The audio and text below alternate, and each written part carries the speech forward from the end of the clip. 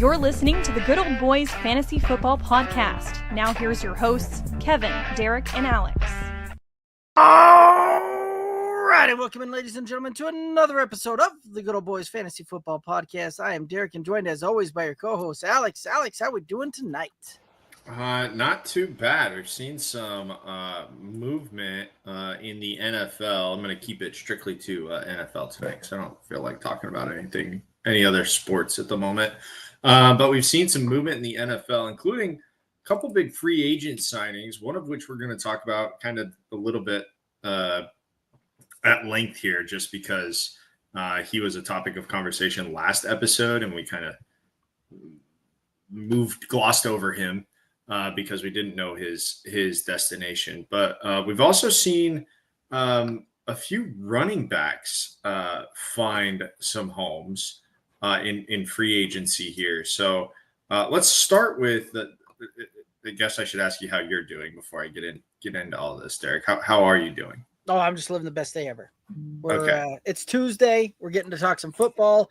We should have Kevin back next week. He had a little JOB thing going, but we'll hold down the fort and hopefully we get to see him next week here.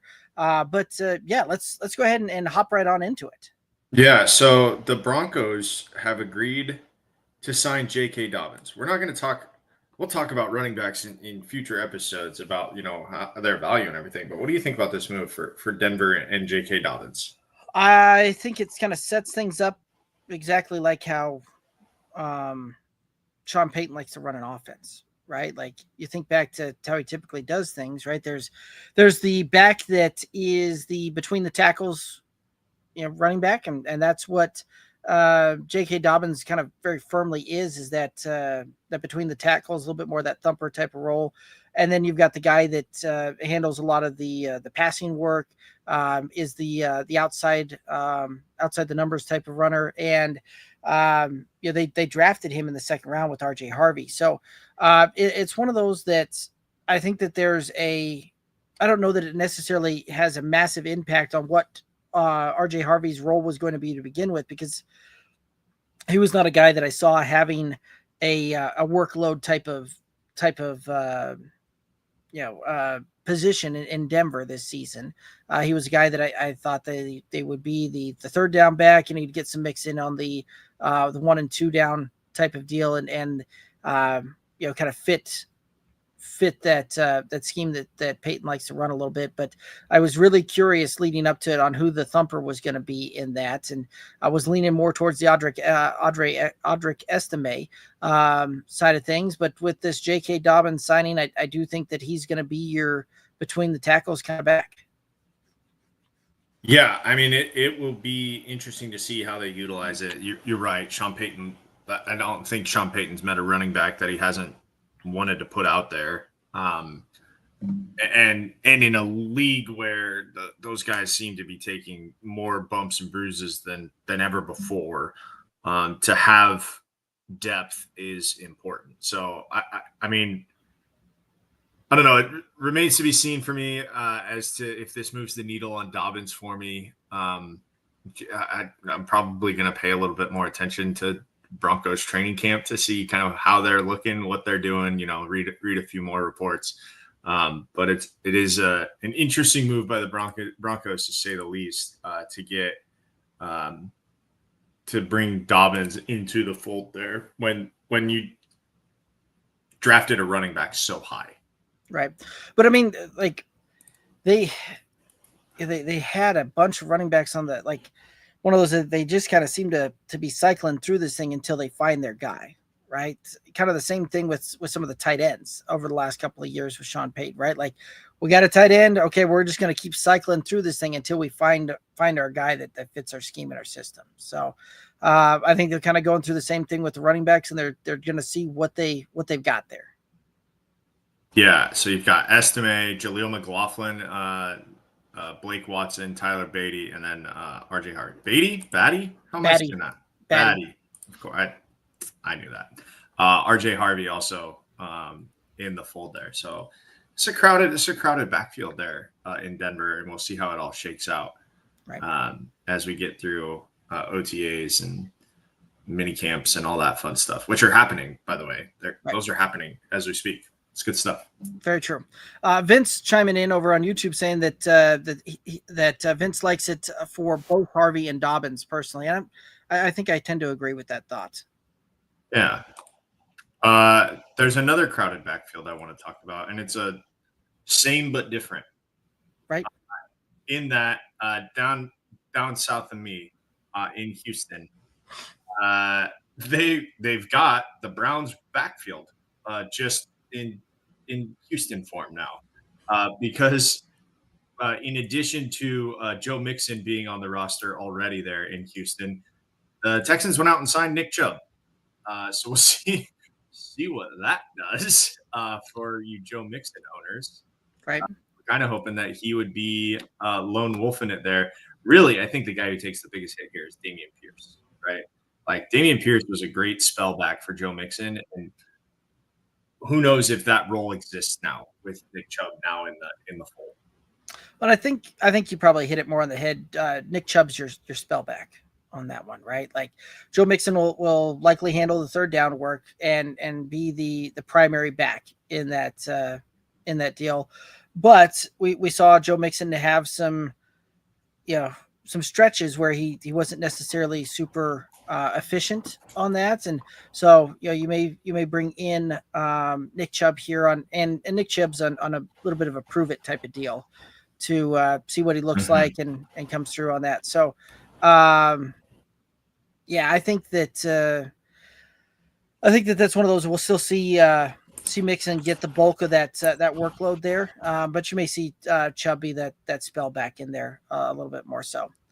So Vince saying and still invest in Woody Marks. Poor Nicholas Chubb is close to being toast.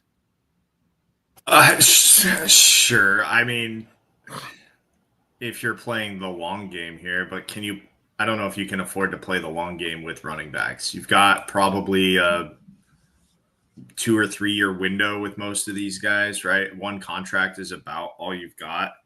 I think I'd be more interested in Dameon Pierce than I would be with Woody Marks down there in Houston. But certainly that, again, what I said, I think Dameon Pierce takes the hit here with Nick Chubb coming into the fold. I think that's who it loses out on the most touches when it's all said and done. Yeah, I would agree with that. This is one of those that, and for this season in redraft, I really don't have a problem still taking Joe Mixon. You're kind of about where he's at. I do think that this Nick Chubb signing will kind of push his draft stock down probably a round or two here over the very short term here in some of the best ball type of formats. But there's some of these things that I'm taking Nick Chubb with the last pick and some of these things. And I kind of like that thought process there. Cause with that last pick, if you can get 1 or 2 games where they're fantasy relevant for you, that's all you need.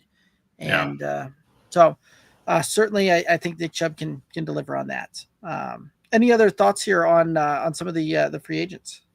Well, we're going to talk about quarterbacks, and very, very clearly the biggest elephant in the room, for the NFL has found a home. So let's talk, if you'll indulge me, let's talk about Aaron Rodgers finally signing with Pittsburgh. Right. All right. Yeah. Let's go ahead and hop on into one Mr. Aaron Rodgers, who apparently is now married for a couple of months. Yeah. So, sporting a wedding band on his left ring finger. Right. And so apparently super secretive about it. The news machine apparently could only find the first name of his bride out there and couldn't find any social accounts or anything like that. So kind of interesting, news breaks like that. And there's not a whole lot more to go along with that. So, but let's go ahead. Fascinating that the man who shares literally everything would not share that. Well, fair enough.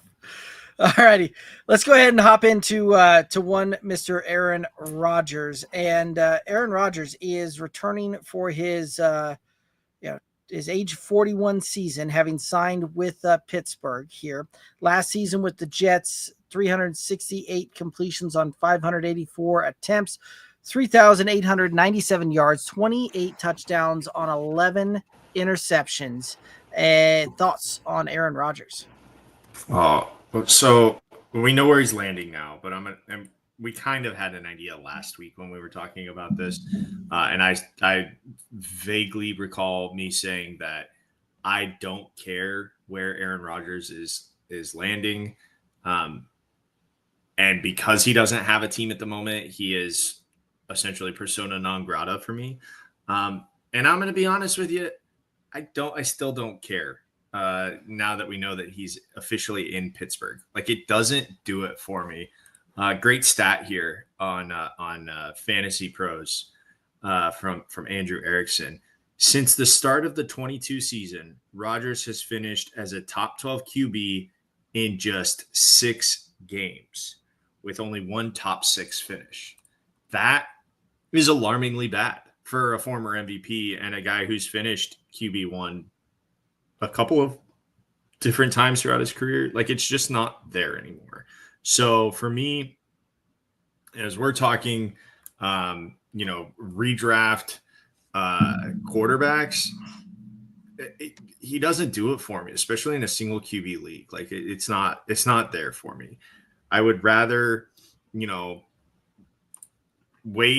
late on a quarterback, probably drafting in the area that we're talking tonight, in that middle range, right? We're going to start with ADP 16 and work our way up to 1, but I would wait to draft somebody in like ADP 10 or 11 or 12, and I would still be more comfortable than taking Aaron Rodgers. Like 10, 11, or 12, and then my backup I could probably wait and get as late as like a Sam Darnold. I would be much more comfortable as Sam Darnold as my second quarterback, who's kind of going right around where Aaron Rodgers is. I'd feel more comfortable with Daniel Jones even as my second quarterback, as a guy that I figure is going to play at some point, right? And you can wait forever. You probably don't even have to draft a Daniel Jones. You could probably just pick him up in free agency. So I think that Rodgers is just, even though I know where he's going now, still doesn't do it for me. Not interested. Fair enough. And I can understand that point of view with that. And I do find it interesting, right? That stat about as he only finished as a top 12 quarterback in just 6 games, and going back to 2022, one of those seasons was completely lost though, right? So there is some of that there's a little bit of an asterisk in there as well. And so, yes, there is some of that, top 12 quarterback finish hasn't necessarily been great for it. However, at the same time, there is some of this that the aggregate at the end of the season, he certainly has put together some season-long type of finishes for you. So there's some value where he's coming off the board right now at QB 29. Because at the end of the season, he'll probably still put up somewhere around 20, probably 26, 27, 28 touchdowns, 12 interceptions, 36 to 3,800 yards, somewhere in there. And that in itself will probably get you close to QB 15, 16, 17, kind of in that range, right? So there is some baked in value and some built in value there. And if I'm drafting in a Superflex, you're going to put 3 QBs on your roster. It's not a bad QB3 to have in there that, if you need a spot start, you need something like that, you can rock and roll that. And while, may not necessarily, he's not going to go out there and win you a week any longer. For being your third QB on there, likely won't lose you many weeks either though at that Superflex. So I don't mind him where he's coming off the board right now. I do think that by the time that the season gets going and we see some of the jockeying with ADP, we'll probably see him, move up closer to probably quarterback 20, 21, 22, kind of in that range. And at which point that might be a little bit on the rich side for me, but where he's coming off the board now at QB 29, don't have a problem putting him on my roster as my third quarterback if that's the way things rocking and rolling. So, any other thoughts on Aaron Rodgers? Okay, real quick before we get into the our QBs 1 through 16, let's hit up the chat here real quick and just take a look at some of these. So Scott asking how much gas is even left in the tank with Rodgers. A little bit of a prima donna the last few years, maybe worth a late pick. Okay. Vince saying that he kind of agrees with you on that one. Don't even look at Rodgers, grab Danny Dimes instead. So kind of two opposite spectrums there. Kind of like our thoughts were on that one. And Scott is asking, is Chubb going to be the backup to Nixon? I would believe so. Any other thoughts on that? That's what the depth chart says right now as we talk about this on June 10th. I assume that's what it's going to be. You don't bring a guy in for on a 1-year prove it deal to be your with the intention of making him your starting guy. He might, I don't know, he might win the job, but right. I don't think that's the intention of it. Well, and Mixon looked really good down the stretch in their playoff games as well. So like it's. Yeah, he's got an injury designation on him. Do you remember what he did? I know he got banged up last year and missed some time there. Yeah, and I'm trying to remember what it was, and I'm not.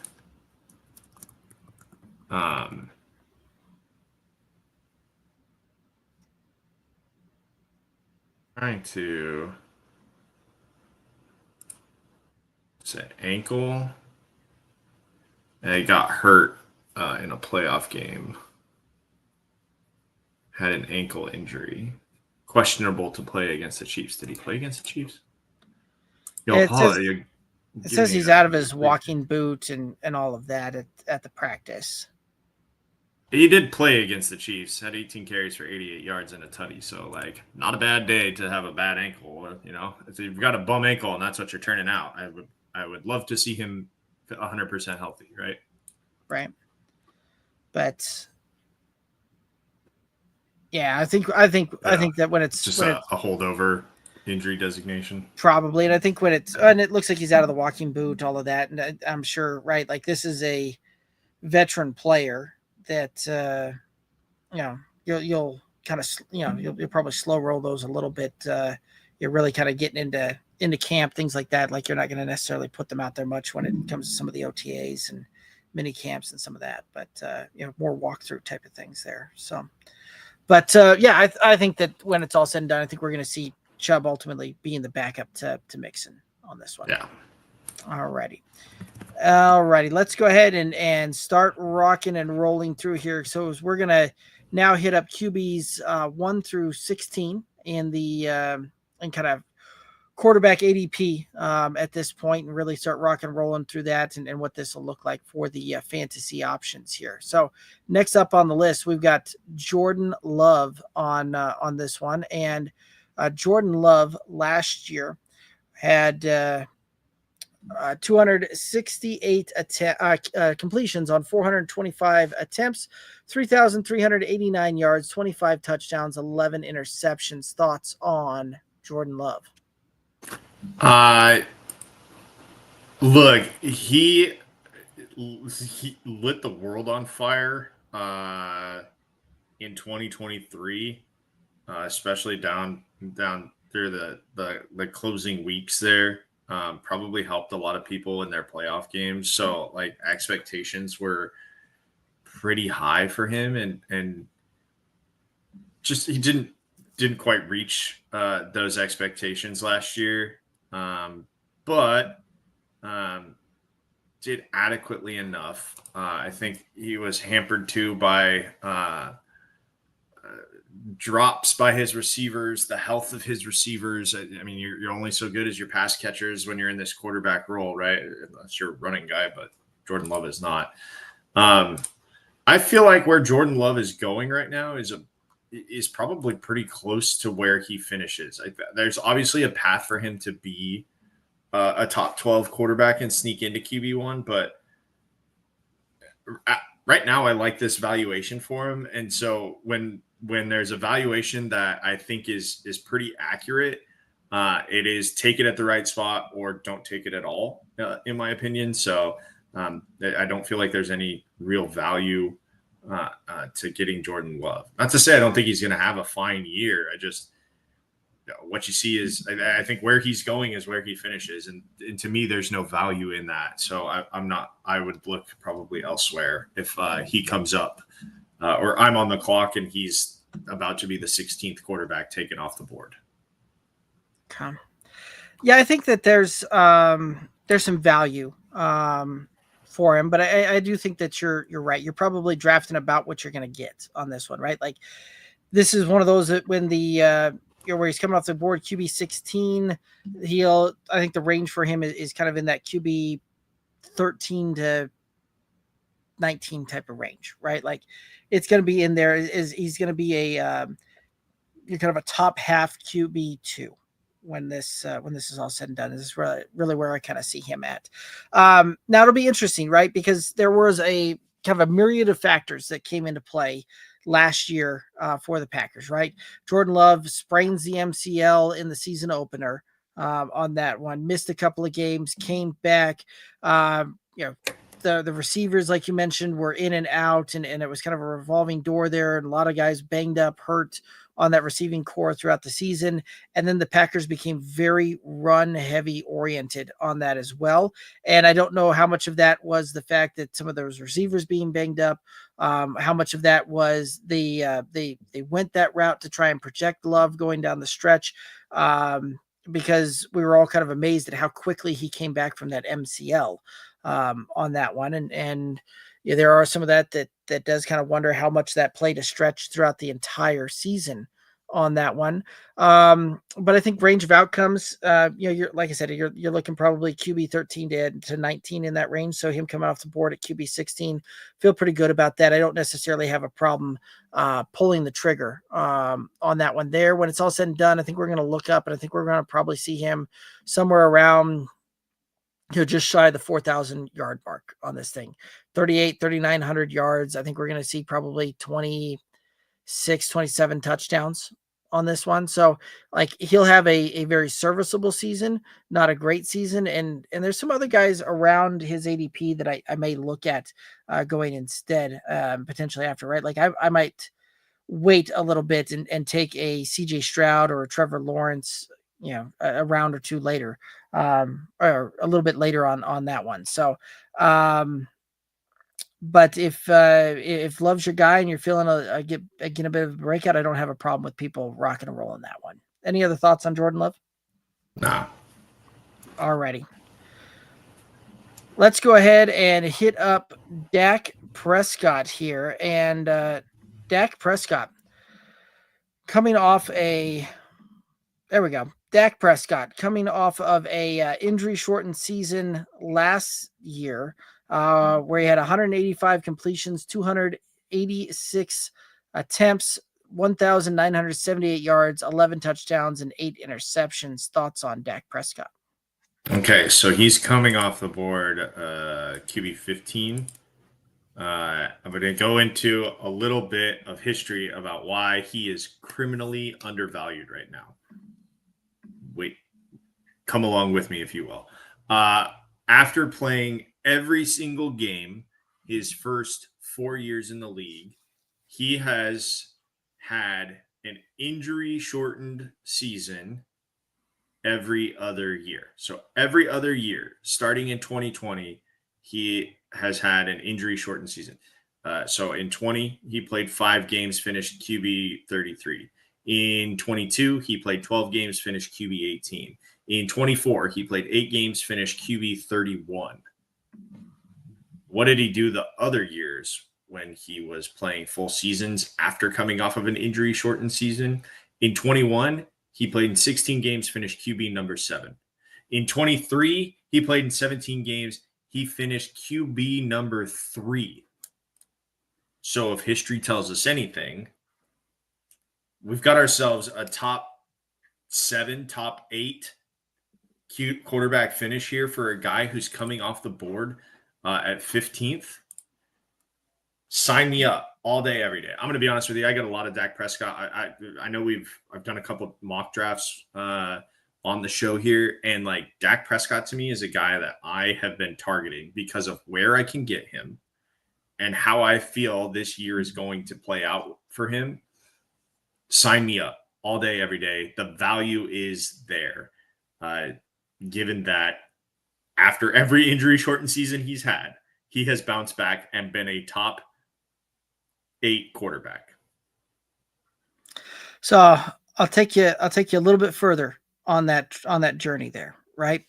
I very much like where you went with that, but I'm going to expand that out and let's also look at 2019 season and 2017 season, and we can make another rather comparison on that and a trend on this one as well, right? Like he focuses on returning from the injury season. Let's go ahead and expand that out to just looking at the odd years of his career where he has yet to finish below QB 12, right? QB 17, he finished QB 11, 2019, QB 2, 21, QB 7, 23, QB 3, right? Like there's some value in here. And right, like this, that used to be the thing that we used to talk about all the time with Matt Ryan and how he would come to play with some of these fantasy things and very much being a like, oh, you don't want him this season because it's because of the way things are playing, but you want him next year because of how that is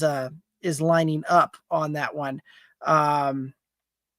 So very interesting how some of that kind of looks and works, and looks like Dak Prescott may be kind of in that similar vein now when kind of looking at that, where you're looking at the other year to it, but it's kind of an interesting exercise when looking through some of that. But I do agree with you. I do think that Dak Prescott is being undervalued in fantasy drafts right now.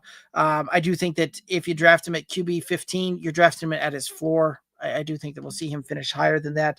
The reports coming out of the camps have been favorable, saying that it's hard to see him being a guy that is returning off of a major hamstring injury that kept him out, and those reports looking very good on this one, as well as the fact that Dallas went and invested some more in the receiver room, right? They CeeDee Lamb still there, right? They went out and acquired George Pickens and brought him in.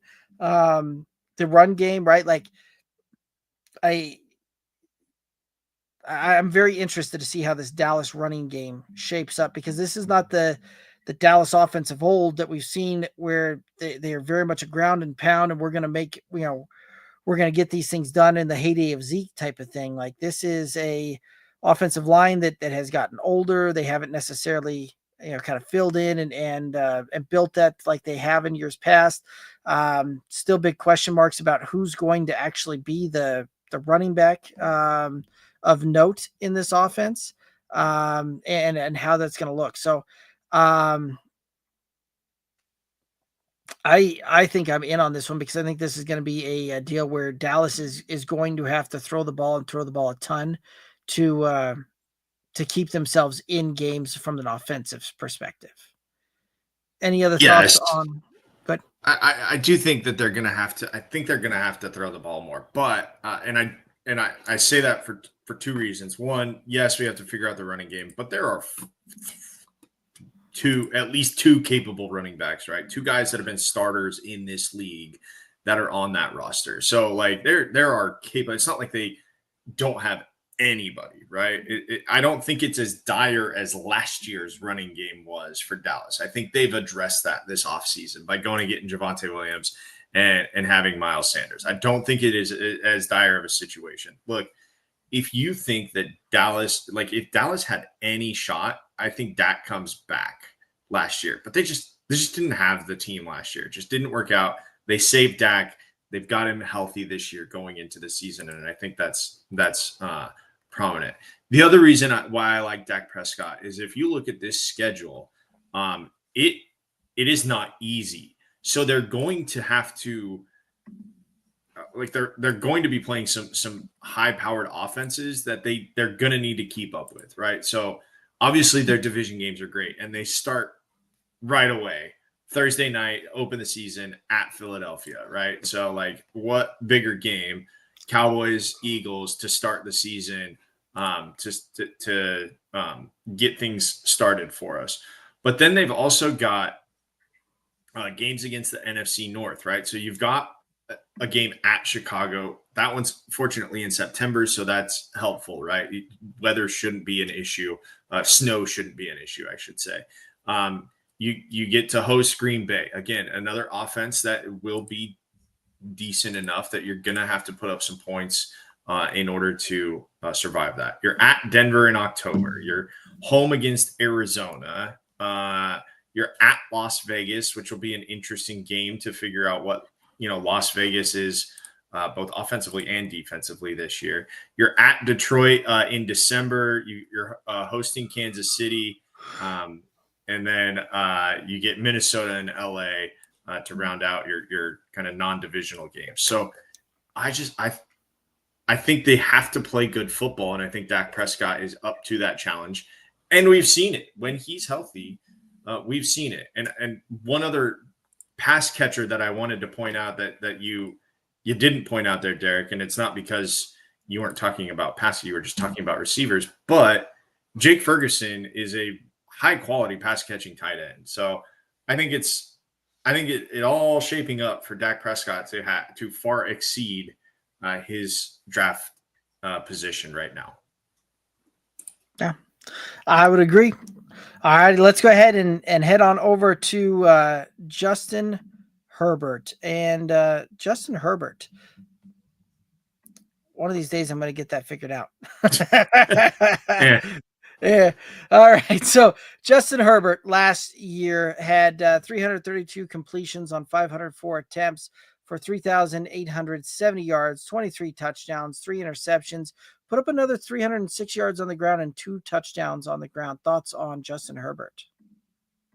Are the Chargers going to let him play quarterback? Like, that's really what the question becomes. Are they going to let Justin Herbert play quarterback, or are they going to run the football a billion times like they did last year? 10th run heaviest offense last year in the league. So what does that mean for Justin Herbert? Well, it meant that he wasn't throwing the football enough. And while he was, fairly accurate, he didn't have many opportunities to throw the football. So I don't know. Jim Harbaugh likes to run the football. He's a Michigan man, right? He loves to run the ball, establish the run, and that'll set up your offense. And unfortunately, I think that's at the detriment of Justin Herbert. So again, I think where Justin Herbert's going is about where he finishes in that 14 range. It's going to be hard, I think, for him to get up into QB1 simply because he's not going to have the chances to get himself into QB1 territory. Like, it's going to take some crazy game or a series of crazy games where he's just like, 24 of 29 for, 350 yards and 3 touchdowns, which is not a common stat line, right? That's not something that happens in the NFL. So I used to think Justin Herbert was a first-round pick for me many years. He was a keeper in the home league, right? I kept him.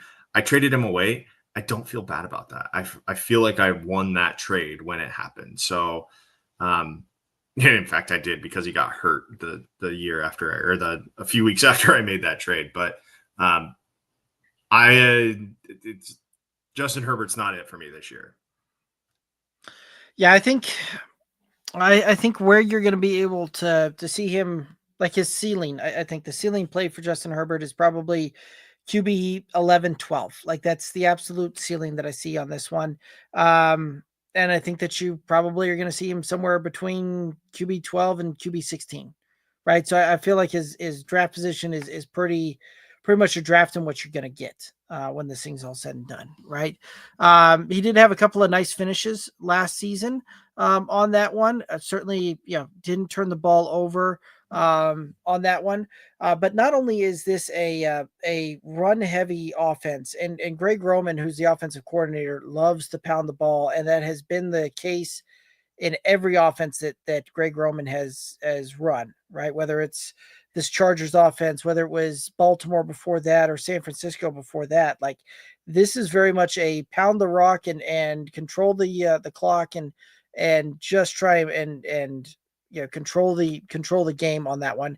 And last season they were one of the slowest teams in the league when it came to number of plays run, things like that, and that doesn't necessarily set things up for Justin Herbert to have a wonderful fantasy season out there as well.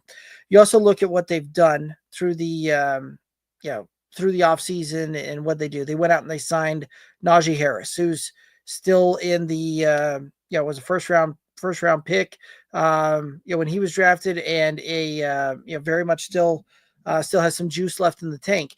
Then what did they do? They went out and spent a first round draft pick on Omari and Hampton to come in and do that, to really give them a 1-2 punch when it comes to the running game on this one. And I don't see that.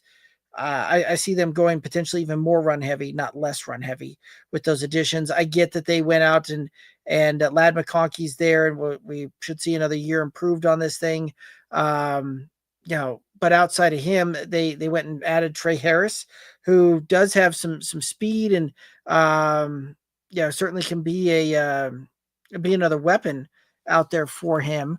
But I don't know that necessarily moves the dial enough for them to see this as him being able to move the dial on the on his offensive fantasy finish when it's all said and done.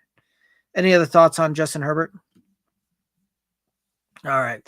Real quick, Vince was saying the Chargers will always be run first, but Herbert's options last year weren't spectacular outside of Ladd.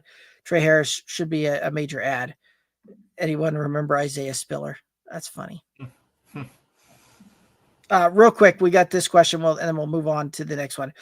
Easy B over on YouTube saying Dynasty Superflex 12-man was offered Mahomes and Brian Robinson for Jalen Hurts. Thoughts? No. I'd rather have Jalen Hurts. Yeah. Look. Don't get caught up on past Patrick. Don't get caught. We're going to talk about him here, but don't get caught up on past Patrick. Right. This is yes, and we'll get far more into our thoughts on both Jalen Hurts and Patrick Mahomes, but that's not enough to move the dial for me on that. So no, that if it's Patrick, it needs to be a better piece than Brian Robinson. Yeah, I would agree. Alrighty, let's go ahead and hit up Justin Fields. And Justin Fields last year in a shortened season, playing backup for a lot of the season, started with the first few games of the Steelers, but 106 completions, 161 attempts, 1,106 yards, 5 touchdowns, 1 interception, 289 yards on the ground, and 5 rushing touchdowns. Thoughts on Justin Fields? So he's coming off the board ADP 13 here, right around pick 100. So that is a 5th-ish round. No. What round? About 9th. Yeah, 9th round. Excuse me. The brain is not mathing right now. Like 9th round. Yeah. I guess in the 9th round, Justin Fields isn't bad. I'm having a hard time figuring out why he's 13. Again, I think there's a couple people that I like a little bit ahead of him that are going later than him. I would say I'd rather have CJ Stroud than Justin Fields. I think that he's a better passer. I think he's got better options. I would rather, obviously, I just was singing the praises of Dak Prescott. I'd rather have Dak Prescott over Justin Fields. I get the rushing upside. I get that, but that's contingent, right? Like, he is another year older. And yes, he's only been, it's crazy because he's only been in the league for 4 years now, but it feels like he's been in the league for forever because he's had these expectations placed on him and he just has not lived up to them based on really nothing he did. It was how he was drafted by Chicago, and it just didn't pan out there because Chicago is where good quarterbacking goes to die. But where he is at is fine by me, and probably the rushing upside gets him a little bit right into that QB1 range, but he is fringe QB1, and that's where he's going. And that's I've said, I think I could get value in other places and maybe take somebody else in the 9th round and hold out for a Dak Prescott who's going 7 picks later. If I could, be at the end of the 9th, I think I'd rather do that. Yeah, this is one of those that it's fun for the idea of Justin Fields, right? And what the potential could be. But it amazes me the fact that folks are drafting him where they're drafting him, right? Because of the fact that, right, everybody falls back into that rushing upside.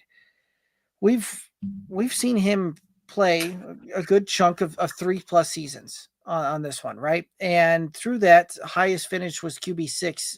None of the rest of his career he's been inside the top 12 for QBs, right? The passing work certainly hasn't been there to get the job done, right? The highest passing yards we've seen out of him was 2,562 yards.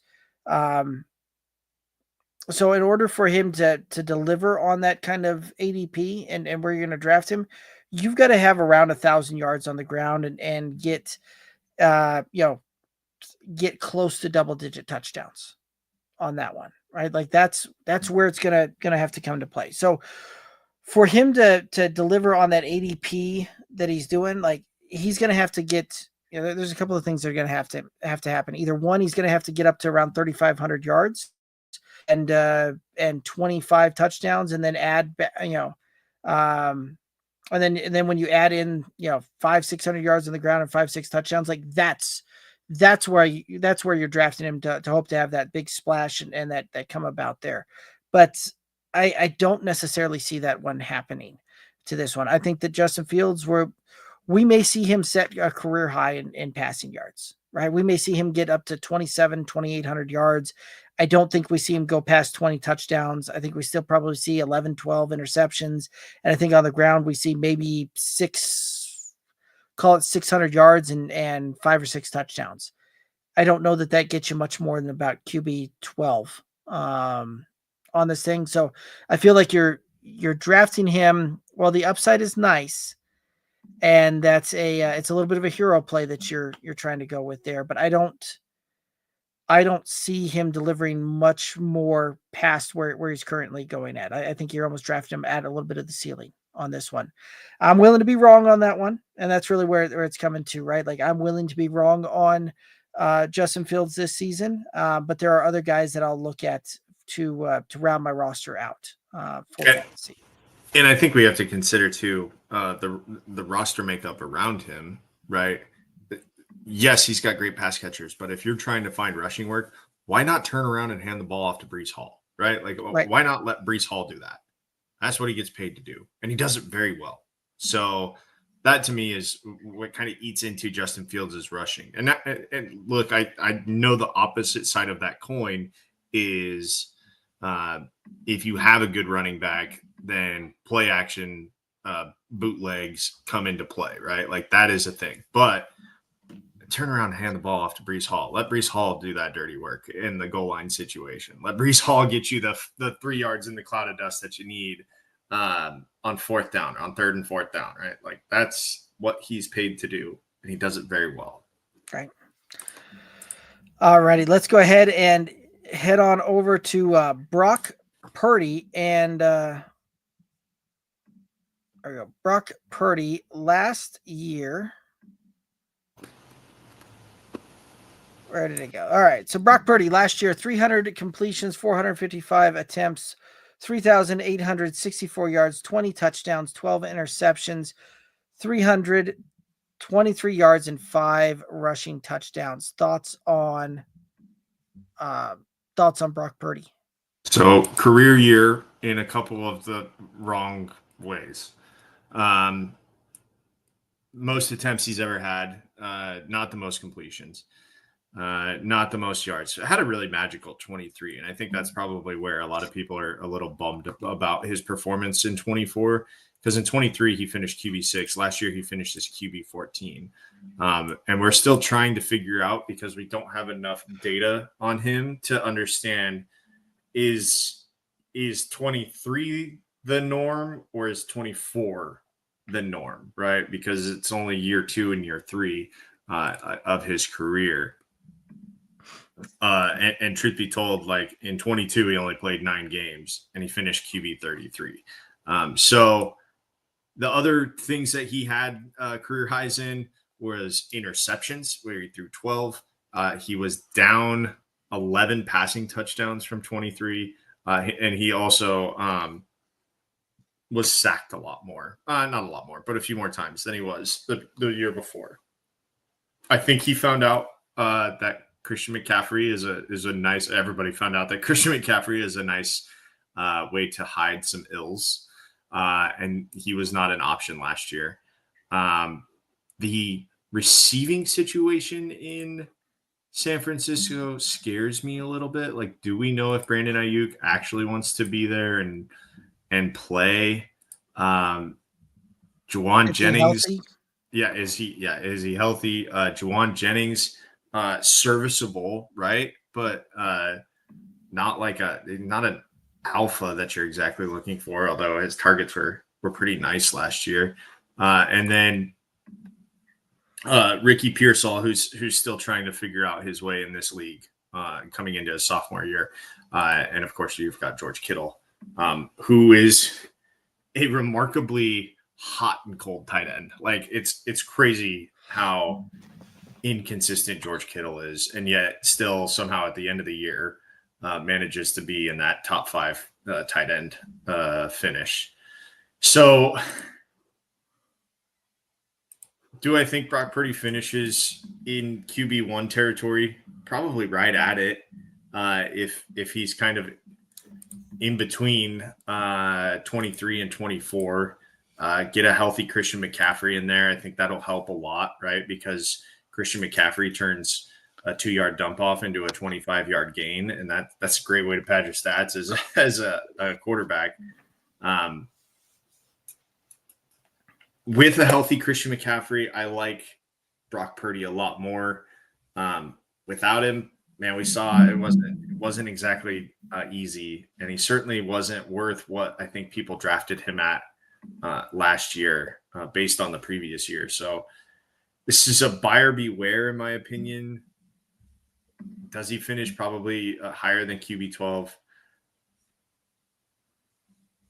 Yes, but only because I think there is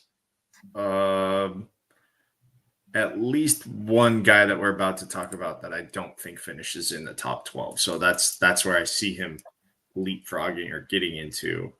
I know he's being drafted at 12, but we know that there's going to be somebody from outside the top 12 that moves their way in. So that's where I'm at with Brock Purdy. Okay. I think he's a fringe QB1. And I think that's probably where I've got him there as well. It's kind of in that fringe QB1 territory, right? Like, I think that when we look up at the end of the season, we're going to be somewhere around 4,000 yards, 25 touchdown type of thing. Like, we'll get a very serviceable season out of Brock Purdy. Some of the things that do kind of worry me a little bit is one, Debo did get sent out of town. Right. They traded him off to Washington. You now also have Brandon Ayuk, who they signed to that big deal last year, had an ACL and an MCL injury partway through the season.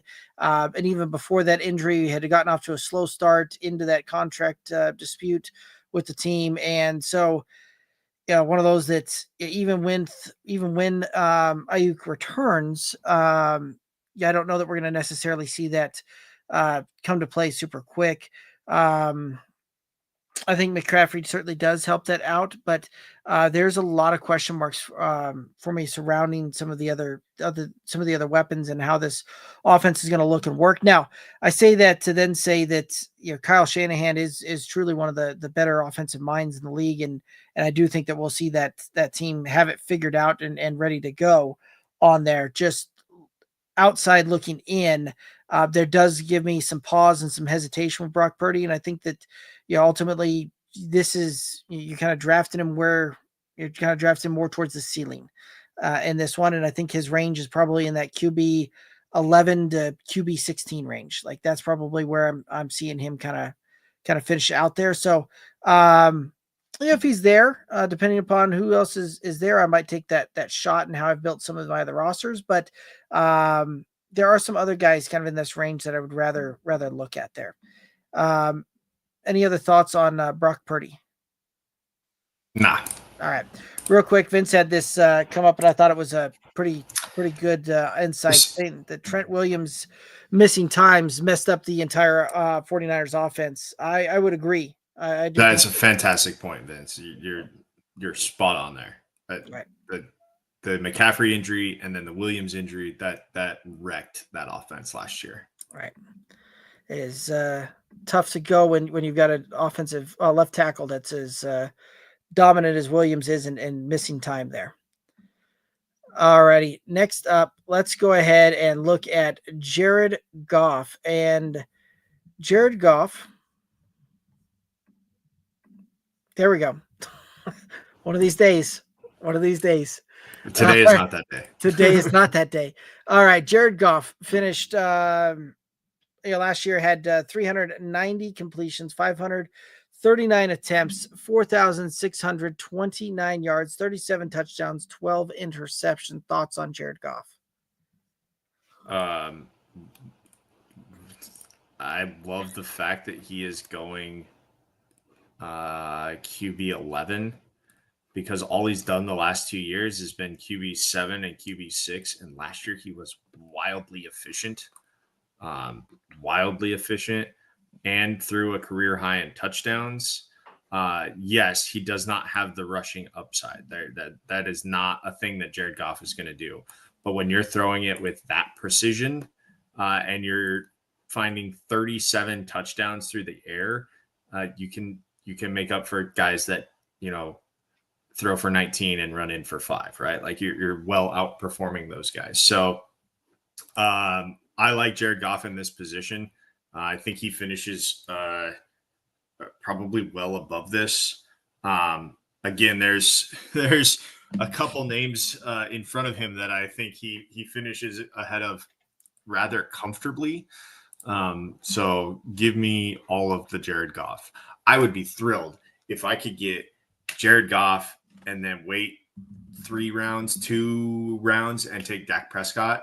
If you're in a 2 QB league, like, you have to feel really good about those 2 quarterbacks right there. And you didn't have to take a quarterback until the 8th round.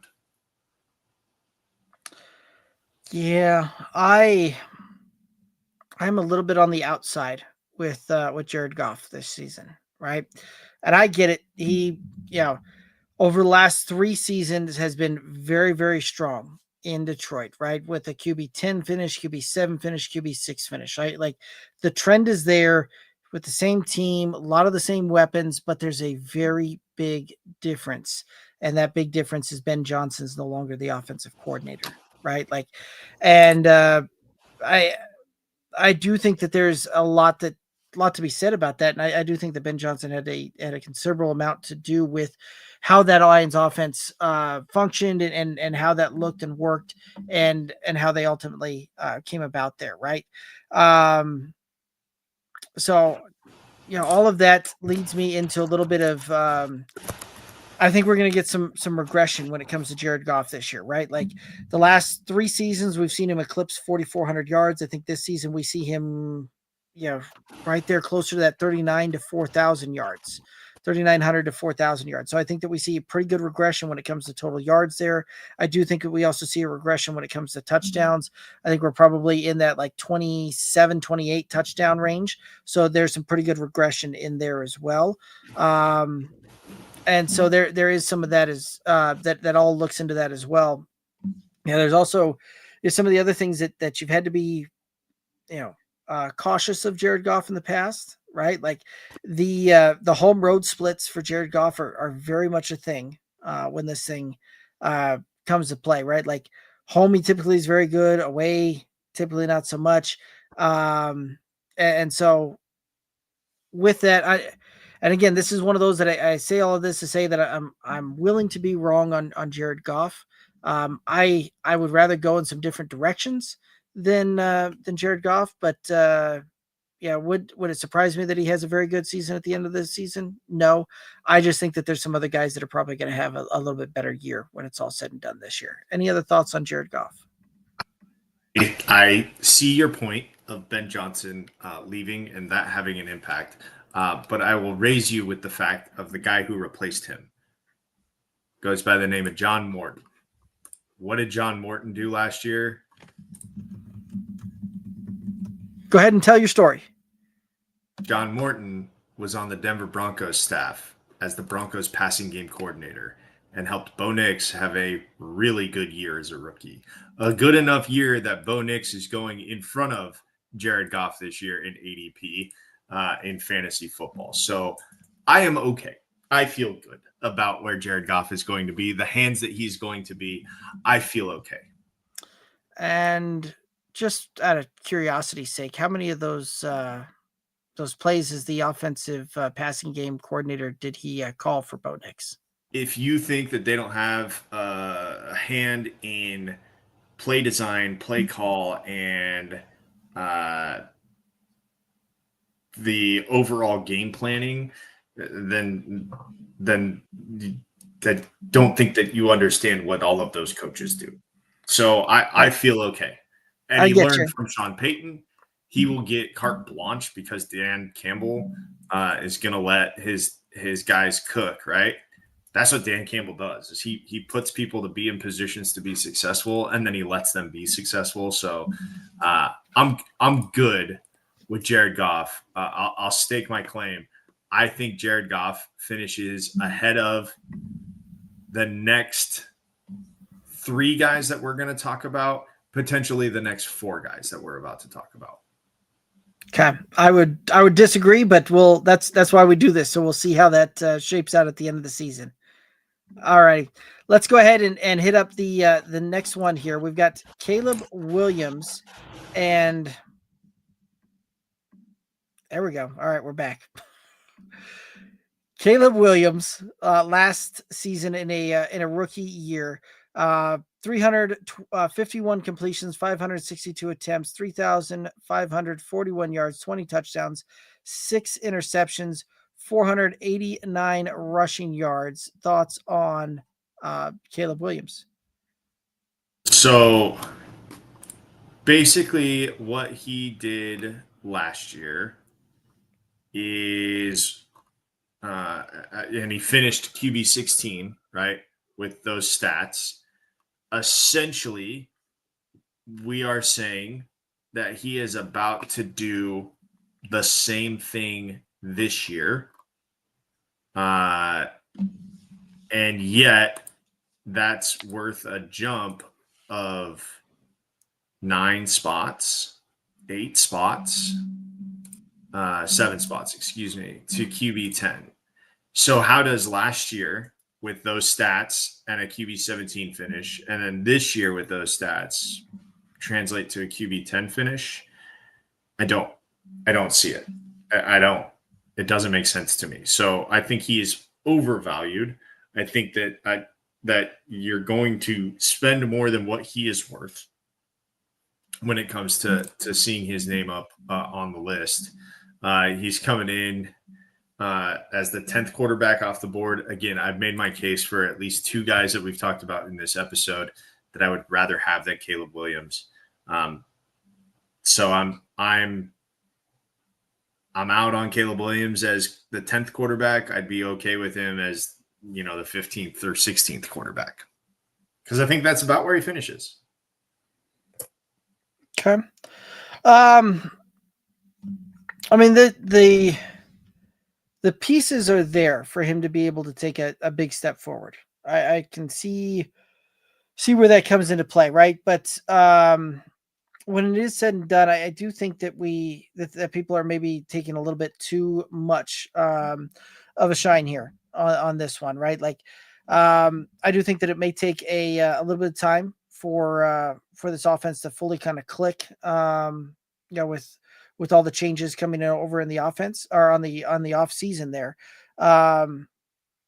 So I think that we'll see Caleb Williams. This ultimately I think is being drafted at the tippy top of his ceiling here. And I think realistically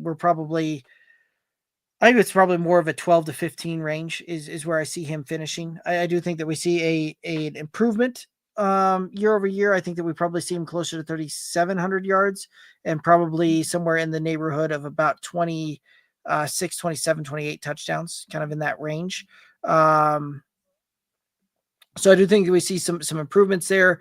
I do think that we see some interesting things with some weapons that were brought in, the play calling that was brought that's going to come to be, and how that offensive design is going to look a little bit different.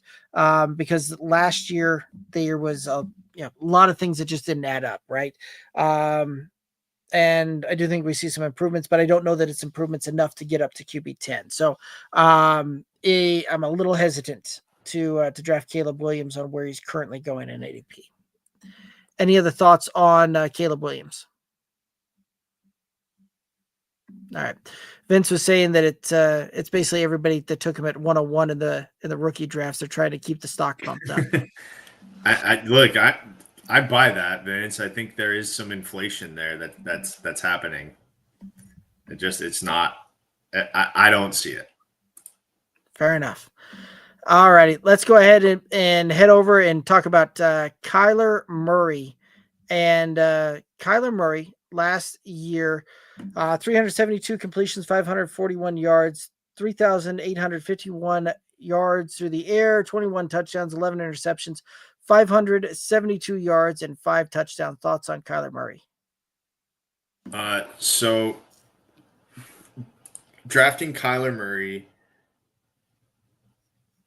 where he's being drafted at tells me that you believe that Kyler Murray is going to be healthy for the entire year.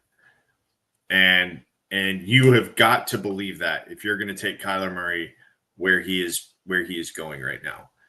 And if you believe that, then he is worth taking where he is, because when he has been healthy and played an entire season, he has finished no worse than QB 10, right?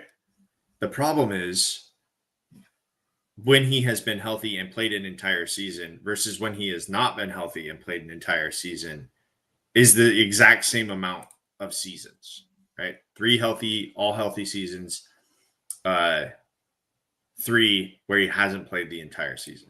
Now, caveat in there, in 21, he played 14 games and still managed to finish QB 10. It was a hell of a year for Kyler Murray that year. That he was able to miss 2 games and still finish QB 10. But if you're going to draft him where you think he's going to where he is, you've got to believe he's going to play the whole season. I don't know that I'm not sure that I'm willing to take that gamble on his health when I think that there are probably safer, less risk-averse options that are coming off the board after him. So probably to my own detriment, I'm out on Kyler Murray this year because I just don't know if I can trust that he is going to play the entire season. I'm very much in on Kyler Murray, right? Like one of those that, yes, I think that there is some of that you're right, that you're probably drafting him. You're drafting him probably about at his ceiling, but you're also probably drafting him pretty close to his floor on this thing here, right? Like, we're not going to go through and start predicting injuries and all of that, right? But one of those that when you draft Kyler Murray, you're going to get a guy you're going to get a quarterback that's going to go out and deliver you 37 to 3,900 yards, 20 to 25 touchdowns, add another 500 to 600 yards on the ground and 5 or 6 touchdowns, right? Like, very much is going to get you in a back end QB1, and it's going to be pretty consistent throughout the season for you on that one, right? Like, you're not going to necessarily get a whole bunch of games that he's going to go out there and win you the week, but he's also going to give you a whole bunch of games where he's going to go out there and lose you the week. Like, you're going to get some pretty consistent performances throughout that, and he's got a little bit of that rushing upside in there as well. So if we do see Trey McBride continue on the incredible pace that we saw last year, if we do see the next step, Marvin Harrison Jr. taking that next step in there as well, like, this could be a very potent offense that we could see Kyler Murray, take that to the next level yet. But again, this is one of those that I think you're drafting a guy at QB9 that's going to probably finish QB9, QB10, and you're drafting what you're getting at that point. Any other thoughts on? Yes, just real quick. Where did Kyler Murray play his collegiate football? That was at Oklahoma. And what is your favorite collegiate football team? That is also Oklahoma. Might your Soonerism be getting in the way of your opinion? I'm just kidding with you, Derek. I think that tell me what I said was, or tell me where my analysis was wrong. You did not. Okay. I think that, like, to me, it's just that it is too much of a risk for him to be healthy the entire season. That's the thing that scares me away from Kyler Murray. And look, it could be my downfall, right? But I take into account those previous years and how just detrimental they were to his statistics, right? You're not scoring if you're not playing. And it was just hard for me to justify that. It's hard for me to justify that this year. And I know you're saying, like, oh, we shouldn't predict injuries and we have to assume that they're going to be healthy, but I can't do that with him. So you have the same opinion on Lamar Jackson? I do, actually. Okay. Like, if you're consistent, that's one thing, but like, I just wanted to bring that up to kind of play that advocate there. So yes. And I will say that there is a finer caveat with Lamar Jackson, who has missed far fewer games than Kyler has, but that does creep into my mind when it comes to Lamar Jackson. Difference. It does. The difference though is Lamar Jackson, you got to take him with a second, third, a much higher draft pick. Right. Yes. Whereas Kyler, you're taking him much later. And so, yes, far fewer games, but when you draft a guy that high and he finishes at QB 15 or 16 on an injury shortened season, like similar thing. Hey, we can get into that one when we get to Lamar, but any other thoughts on Kyler? All righty. Let's go ahead and head on over and talk about one Mr. Bo Nix. And Bo Nix, off a rookie campaign, got off to a little bit of a slow start, but definitely finished a strong 376 completions, 567 attempts, 3,775 yards, 29 touchdowns, 12 interceptions, 430 yards on the ground, and 4 touchdowns on the ground. Thoughts on Bo Nix? Yeah, I'm going to be honest. I missed the boat on Bo Nix last year. Did not expect him to have the season that he did. And I think a lot of people were probably kidding themselves if they thought that Bo Nix was going to have the season that he did. So you'd think that he would build upon that, finishing QB7. That's a hell of a mark for a rookie to finish QB7. I think that the issue that rookie quarterbacks run into is now there's film, right? Now there's NFL film on them, and it's a little bit easier for teams to prepare for what they've seen, right? Like it's just what it is, and so I think that we can say, hey Vince, thanks for swinging by. We appreciate you. But I think it's a difficult task for these quarterbacks to adjust how they play, the self-scout. We always heard Peyton Manning talk about that so much, how much self-scout he did to try to break any tendencies. The guy was a machine when it came to that. How much can Bo Nix do that with Sean Payton's guidance? I think is probably fairly easy. So I say all that to say this. Do I think he finishes QB8 this year? I don't. but I don't think he finishes so far out of QB1 territory that he is not worth the draft pick. So I would much rather have Bo Nix over Kyler Murray. I just feel like the injury risk is less. The ability for him to play the entire season is greater. And he is obviously going a few picks ahead of him. But I don't know that I am breaking down the door to get to Bo Nix. I know we did a couple mocks, Derek, where you took him in a really, really good spot, kind of in like he was like 14th or 15th quarterback off the board or something crazy, right? Where it was great value, and that I think is where you can get away with taking Bo Nix, right? Is when he has tumbled down that draft board and people start looking at other things, and all of a sudden you're sitting there with 13 quarterbacks gone and Bo Nix is staring you right in the face. That's when you take Bo Nix. Yeah, I think there's something to that, right? There is some of that we've seen. We have seen quarterbacks come out and have fantastic rookie seasons and then have that sophomore slump that next year, right? Like CJ Stroud last year. Right. And there's several other examples that we could continue, kind of going through previous seasons as well. But like most recent one certainly stands out there, right? And I think there's a lot to what you were talking about with the tape and the tendencies and having that come out to play there. Bo Nix is a guy that I think that you probably drafted him pretty close to the ceiling on this one. Do I think that he can get up there and be inside of a top 10 QB when the season's all said and done? Yes, I do.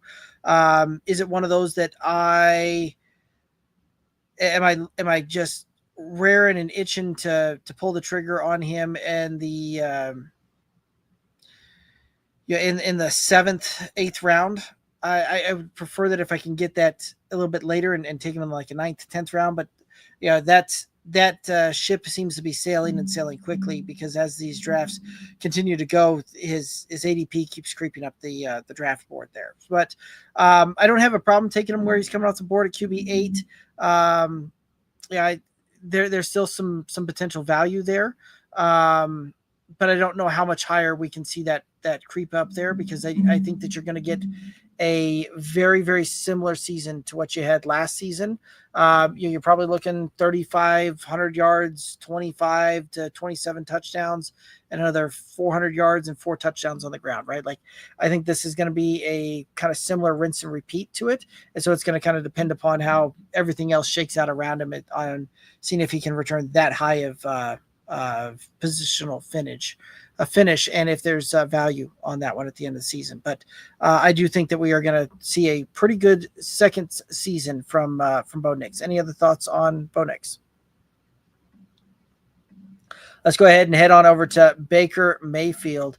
And Baker Mayfield coming off of a very good season last year where he had 407 completions, 570 attempts, 4,500 yards, 41 touchdowns, 16 interceptions, and another 378 yards on the ground and 3 rushing touchdowns. Thoughts on Baker Mayfield?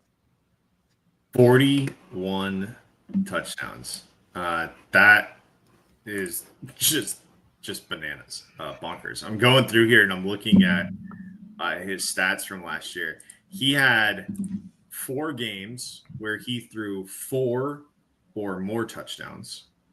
1 game where he threw 5 touchdowns, right? So 3 games with 4 touchdowns, 1 game with 5. 4 games of 4 or more touchdowns.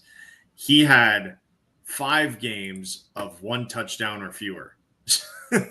So that's how you get to 41 touchdowns. I think, obviously, I don't think he throws for 41 tutties again.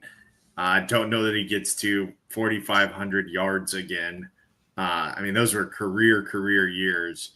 And finishes him in QB4. I think that's going to be tough to get to again. He was also sacked a ton, but that's just pretty much his MO at this point. I think we're probably closer to seeing him finish in the mid to lower 30s when it comes to touchdowns, and probably 2 or 3 rushing touchdowns as well, which should have him finish somewhere around QB 8, 9, 10. He's going QB 7. There is the potential that he goes crazy. He's got a 1,000-yard receiver just built in with Mike Evans, even though it was a little bit of a struggle to get there last year because of the injuries. But so I think Baker is if he's your guy, go get him. You can expect him to finish probably right around that. Again, what I say, like that low 30s for touchdowns, probably right around that 4,000 yardage mark. And that should be good enough for the upper half of QB1. So at QB7, there's value there. I guess that's probably the way I would say it. The ceiling is upper half of QB1. His floor is probably back half of QB1. So like, I think he's right about where he's going to be. Yeah. I think you're probably pretty close there when you're saying that we're probably going to return to around about 4,000 yards through the air. I think we're going to be right around about 30 touchdowns and probably an additional 300 to 400 yards and 3 touchdowns on the ground, right? Like, I think that's where we can probably see him come to pass, and where I kind of project that one out there.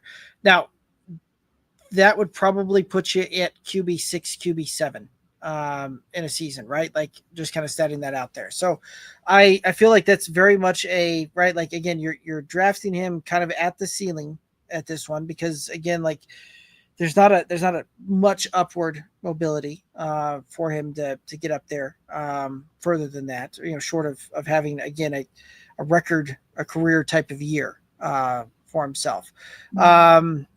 So I do think there's some value still here, right? Like, you're drafting a guy, and I think that's probably about where you're going to get is that QB6 to QB10 range when it's all said and done. And I think that you do have some week in, week out upside with this offense and the weapons that are around it. One of the things that does give me some slight concern, though, is the fact that the Liam Cohen, who was the offensive coordinator, has no longer there, and they are going to go through yet another offensive coordinator in Tampa Bay. So it does give me a little bit of pause on that one, but I do think that we can see Baker still return some value with where he's coming off the board. But if there's a guy who's been forced to pick up a multitude of offenses, right, it's Baker Mayfield, and pick them up fairly well, I might add. Right, so right. That's just old hat for him. It must be like, he must think that every year you have to learn a new offense in this league, because that's basically what it's been for him. You're not wrong. All righty. Let's go ahead and head on over to Patrick Mahomes. And Patrick Mahomes last year, 392 completions, 581 attempts, 3,928 yards, 26 touchdowns, 11 interceptions, 307 yards, and 2 rushing touchdowns. Thoughts on Patrick Mahomes? Okay, so I said earlier in the show, don't fall in love with past Patrick when dealing with present Patrick. And present Patrick is kind of on a downward trend as it relates to his performance and where he's finishing. So look, it is easy to try to think about his MVP caliber seasons, which wasn't that long ago, right? In 22, he finished QB number 1. He finished QB number 4 in 21, QB number 4 in 20. He's been top 10 in quarterback every season that he started, except for last year. He finished QB 11 last year. So we've seen a downward trend in terms of his passing yardage. We saw a little bit of a downward trend in terms of his passing touchdowns. So it was off by 1. He made up for that, though, with the 2 rushing touchdowns that he had. But we've also seen a huge uptick in the amount of sacks that he took last year. So he's holding on to the football longer, right? Travis Kelce is not the dominant security blanket that he once was for Patrick Mahomes. Do I think that Patrick Mahomes finishes outside of QB1? No, I think that's asinine. Do I think that Patrick Mahomes finishes QB6? No. So I think he's going after that. So in my opinion, where you're drafting Patrick Mahomes is a little too rich for where I think he's going to finish. Now I do think that QB6 is probably his ceiling.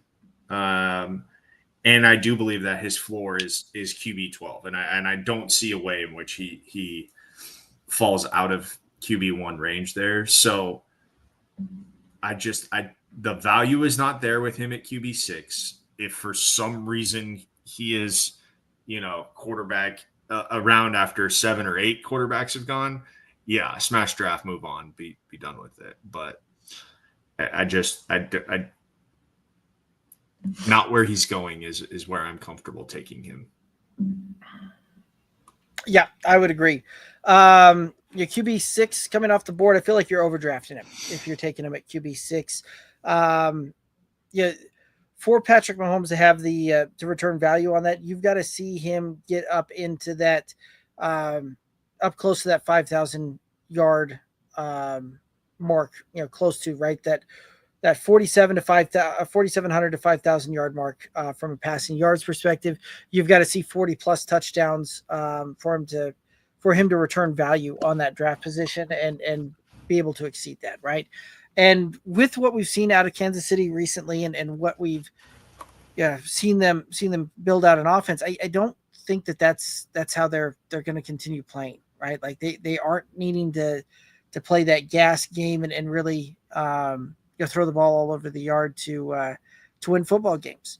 So I think very similar to what we saw this last year is very similar to what we're going to see this year. And, and it's been that way for a little bit now where I think we're going to see pretty close to 4,000 yards picking, 27 to 30 touchdowns.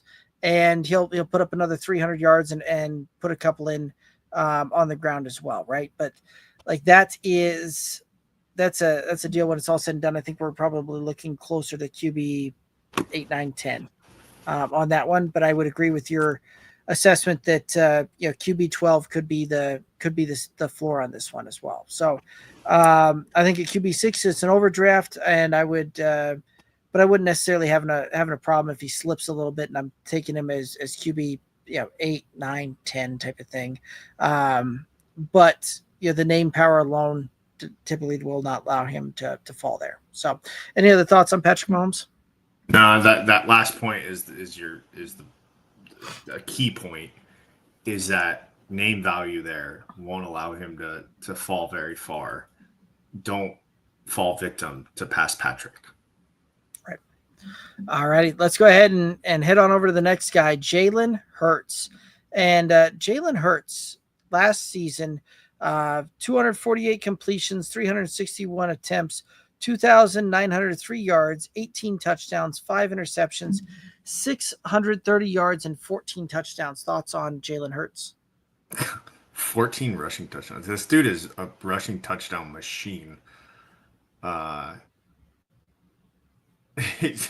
29 rushing touchdowns over the last 2 years.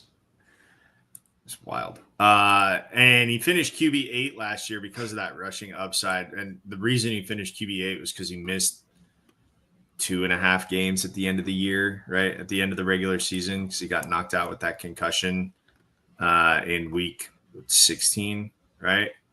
Against Washington there. So early too. Got knocked out early. So not even more than 2.5 games that he missed.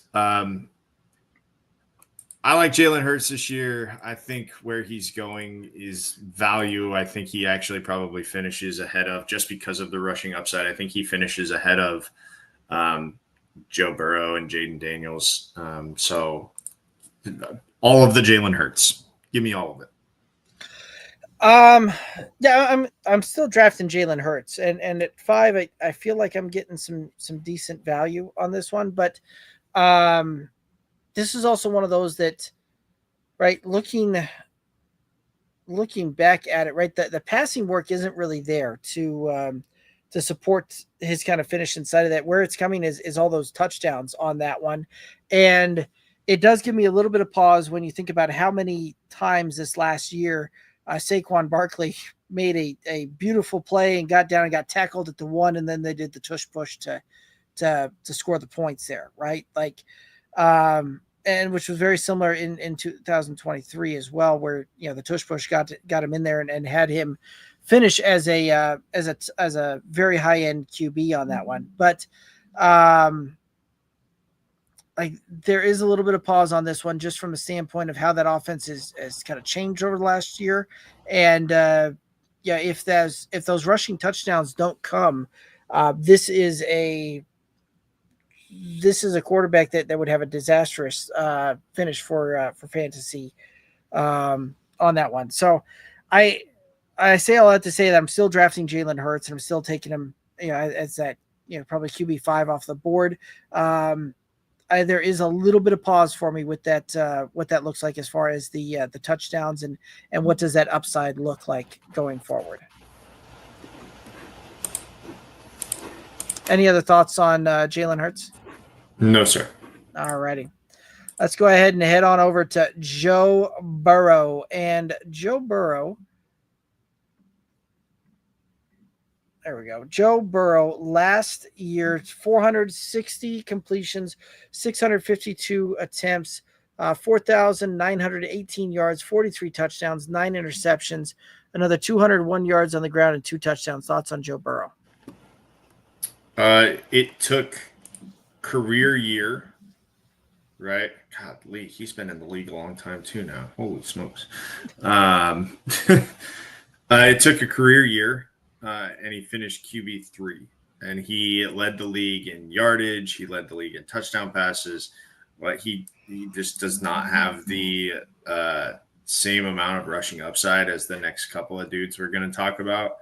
And that is the reason why he finishes QB3 and not QB1 or QB2. Like, it's really what it boils down to, is that he just doesn't run the ball as much as the next couple of guys we're talking about. I have no problem with Joe Burrow as the fourth quarterback off the board. You're going to get a guy who I think finishes somewhere in the top 5 anyways. So, like, where he's going is A-okay with me. Yeah, I mean, it's one of those that, draft yes, or smash draft, move on, right? Like, I do think that he returns some good value. I don't know that we see him get, touching that 5,000 yard mark again. I think we'll probably see a little bit of a downturn in the touchdowns, but I do think that this is still a guy that has the ability to get up inside the top 5 QBs for fantasy finishes end of season there. And I do think that he'll have a pretty good season when it's all said and done. There are some other guys around him, though, that I would rather take. But I don't have a problem taking Joe Burrow, right? Like, I would actually probably take Jalen Hurts over Joe Burrow at that point, just from a fantasy perspective. I think Jalen may be a little bit more consistent this season. Joe Burrow certainly, I think, will have some pretty big spike weeks, though, when it's all said and done. Any other thoughts on Joe Burrow? Schedule's pretty favorable. So those spike weeks, I think, definitely happen, because there are some pretty favorable games for Cincinnati. They're 31st when it comes to strength of schedule this year. It's a great schedule for them. Not just because their division is kind of a dumpster fire right now, right? Like, it is a figure out who wants to win that division for them. With Baltimore is obviously good. Pittsburgh, we don't know. Cleveland, whatever they're doing at quarterback, right? So, like, really, you're only having to worry about Baltimore, and odds are that makes your playoff route a little easier. But then you also get the AFC South this year, which is not great. So, a I like the strength of schedule, but I do think that will contribute to some of those really, really big weeks and then some of those really tough weeks too. Yeah. Alrighty, let's go ahead and hit up our next guy on the list, Jaden Daniels. And Jaden Daniels had a really good rookie season last year, putting up 31 completions on 480 attempts, 3,568 yards through the air, 25 touchdowns, 9 interceptions, an additional 891 yards and 6 touchdowns on the ground. Thoughts on Jaden Daniels? First off, what a great year for Jaden Daniels to be the number 2 overall pick and then to deliver like that, take his team to a conference championship game. That's awesome. And one of the rare times that we've seen a really high-end quarterback kind of follow through with the expectation. All that to say, I think it's going to be tougher for him this year to finish where he's being drafted at. Even last year, he finished QB5. And I think it's going to be a little bit tougher road for all the same reasons that I said about Bo Nix and CJ Stroud and these second-year quarterbacks. There's film now, and these teams are studying this film and they're figuring out tendencies and what he can do. So, I think that Jaden Daniels is a fine pick. I think that he probably doesn't finish QB3, but I don't know that he finishes worse than QB 7 or 8. Like it just doesn't seem like that's possible just because he can run the football still. The legs still work. All right. Yeah, I think this season when it's all said and done, we're going to see him get closer to about 4,000 passing yards, right around 30 touchdowns through the air. And I think we're going to still see him get 700 to 800 yards on the ground and put up another 6-7 touchdowns on the ground. So I think that the path is there for him to be able to have this kind of finish at QB3 and be able to be up there. Do I think that he's able to exceed it? No, I don't know that you're going to see him necessarily overtake Lamar or Josh Allen this season, but I do think that you're able to draft him here and still get some decent value for that draft pick there. And I do like some of the additional things that they added in Washington around him, right? They brought in Deebo Samuel, another weapon for them to utilize there. And they also brought in another left tackle with Laramie Tunsil coming in there as well, which should help bolster that offensive line and help improve that as well. So I do think that there is some big upside here for Jaden Daniels this season. Any other thoughts on Jaden Daniels? No. Alrighty. Let's go ahead and head on over to Lamar Jackson. And Lamar Jackson, one of these days my computer is going to cooperate with me while I'm going through here. Alrighty. So Lamar Jackson last year, 316 completions, 474 attempts, 4,172 yards, 41 touchdowns, 4 interceptions, 915 yards on the ground and 4 rushing touchdowns. Thoughts on Lamar Jackson?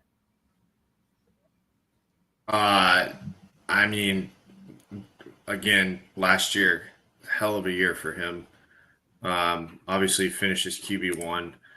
I don't know that there's a way that he finishes outside of QB number 1 overall. I don't know that there's a way that he finishes outside of QB1 if he is healthy and plays the entire year.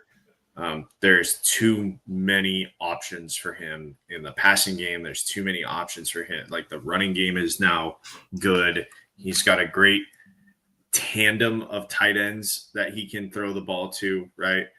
With Mark Andrews and Isaiah Likely. So I am totally okay with Lamar Jackson. Does he finish QB2? Sure. I think Jalen Hurts probably has a better year than him this year. But, man, now that I think about that, you were talking about the passing work with Jalen Hurts, and I guess I didn't realize how much it wasn't there. And the passing work with Lamar is still and it is developing, I should say. I think if you're faced with the option, if you're going to go quarterback early, you you have to commit to that, and Lamar Jackson would be a commitment that you would have to make.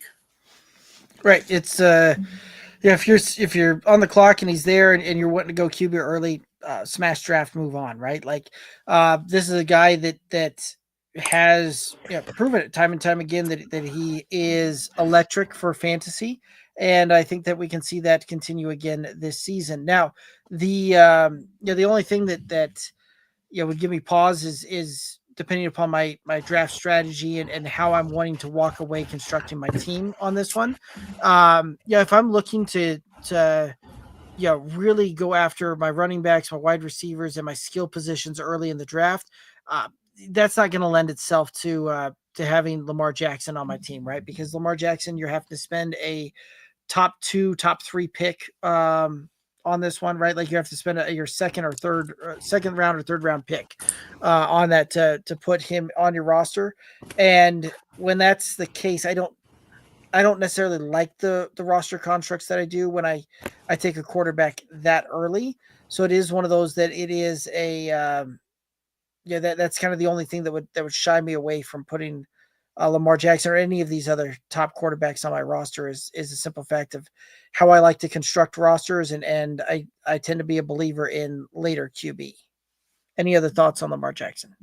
Yeah, I think that, it really is draft strategy. And that's basically what we're saying with the last 5 guys here is just, it comes down to draft strategy. What are you willing to give up in place of taking quarterback early? Obviously in Superflex leagues, like you're going to take Lamar Jackson in the first round if you're sitting there, right? Like you're going to do that.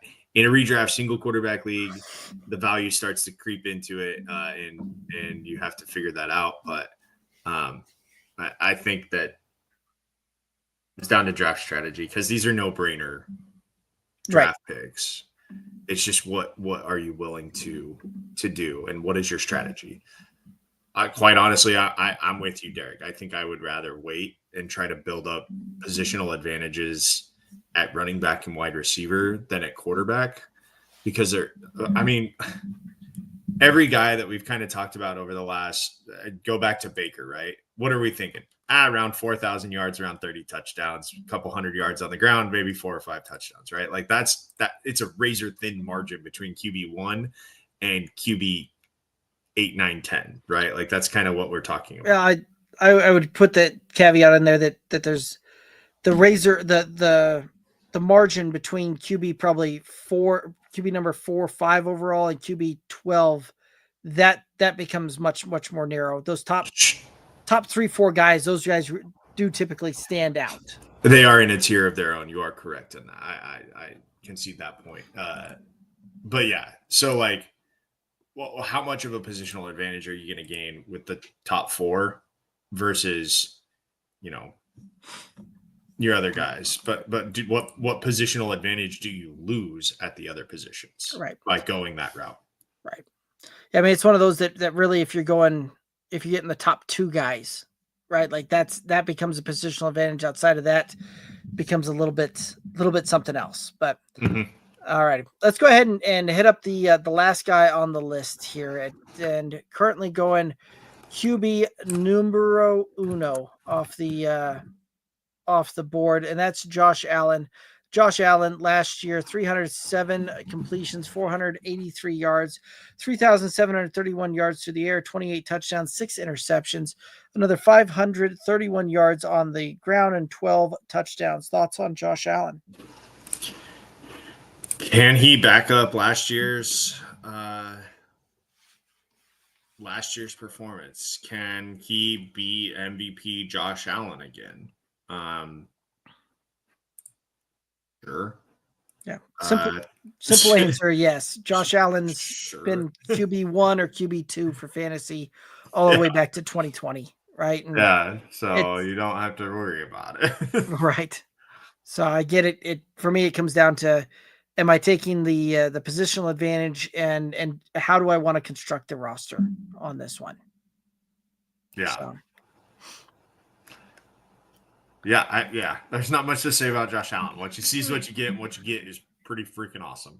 Right. Josh Allen is good at football. Move on. Good at doing the football. Right. Any other thoughts on Josh Allen? Nah. All righty. Awesome. Well, that's going to take us down here to the end of it. We do have just a couple of questions. We're going to hit these up real quick and we're going to call it a night. Jay over on YouTube asking, is Dak Prescott the best value in the draft? We certainly think that he's got some good value in the draft. I think he's got great value for quarterbacks. Best value in the draft overall. I don't think I could make that claim yet. But for quarterbacks, I think he's great value. I just based on what history tells us. And Jay saying that they took Burrow over Dak last year in 6-point passing touchdown league, and you're around 6. That was some good work. Yeah, tip of the cap to you. That worked out very nice for you. Alrighty. And then Jay is saying that asking, will Terry McLaurin get a new contract? I think that we'll probably see that deal get done, right? Like, does Washington want to see him move on or have a lengthy contract hold up? I don't know. I don't think we'll see that. I think that they do want to continue to build on what he and Jaden